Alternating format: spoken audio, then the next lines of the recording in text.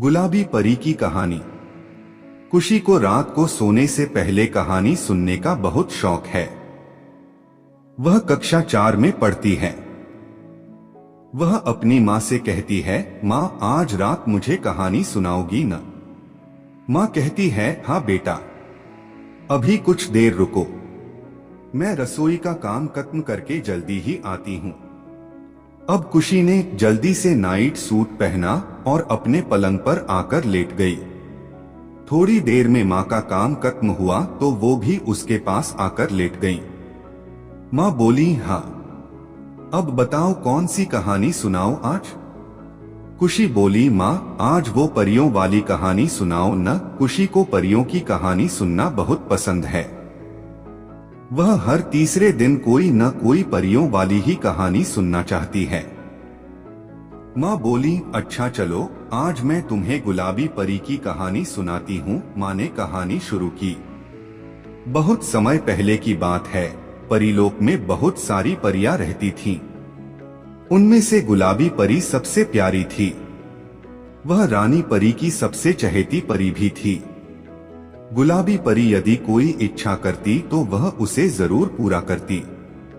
एक दिन खेलते खेलते गुलाबी परी के मन में आया कि क्यों न पृथ्वी लोक पर सैर के लिए जाया जाए। उसने पृथ्वी लोक और वहां के लोगों के बारे में बहुत सुना हुआ था। वे लोग कैसे रहते हैं वह जानना चाहती थी। उसने अपनी यह इच्छा रानी परी के सामने रखी। पहले तो रानी परी ने नानुकुर किया, फिर मान गई। आखिर वह गुलाबी परी की इच्छा को कैसे टाल सकती थी? रानी परी ने कहा, पर मेरी एक शर्त है।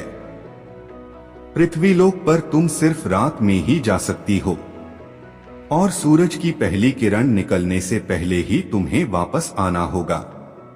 सूरज की किरणें तुम्हारे ऊपर नहीं पड़नी चाहिए, नहीं तो तुम्हारे पंख पिघल जाएंगे और तुम वापस नहीं आ पाओगी।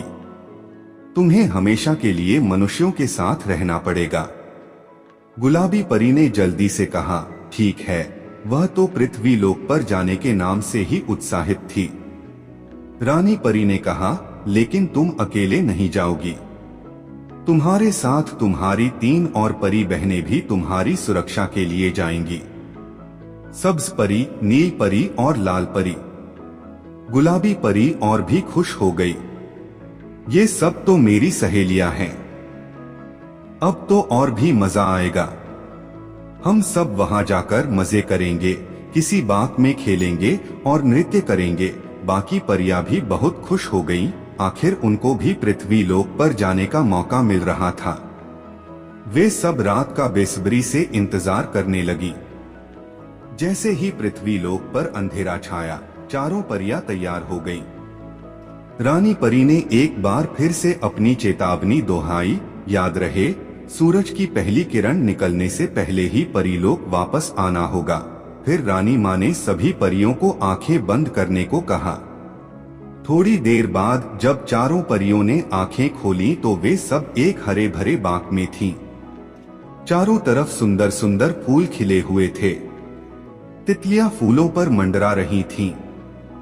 हवा में ठंडक थी।